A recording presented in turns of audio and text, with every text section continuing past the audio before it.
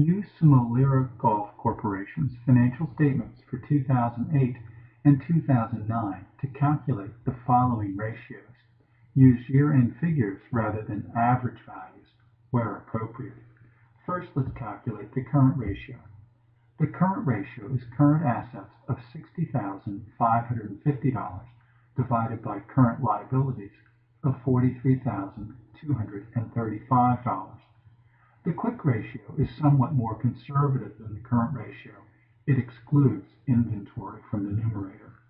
We take current assets of $60,550, deduct inventory of $24,650, and compare that to our current liabilities of $43,235.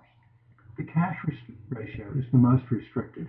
It compares simply the amount of cash we have on hand of $22,050 to our current liabilities of $43,235. Total asset turnover is sales divided by total assets. Our sales are $305,830 divided by our total assets of $321,075.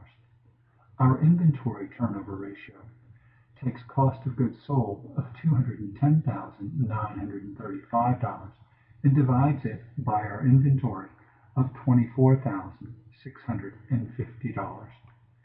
Our receivable turnover ratio takes our sales of $305,830 and divides it by accounts receivable of $13,850.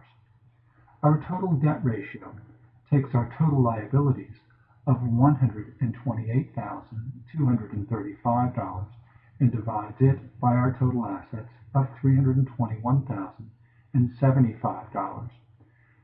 The debt-to-equity ratio takes our total liabilities and compares it to total equity. It takes our total liabilities of $128,235 and divides it by total equity of $192,840. The equity multiplier takes total assets of $321,075 and divides it by our total equity of $192,840. The times interest earned ratio compares earnings before interest and taxes of $68,045 to our interest expense of $11,930. Our cash coverage ratio takes our earnings before interest and taxes and adds back the non-cash charge of depreciation, which was $26,850, and divides this quantity by our interest expense of $11,930. The profit margin divides net income of $36,475 by our sales of $305,830. Return on assets divides net income by total assets, $36,475 in net income divided by our total assets of $321,075.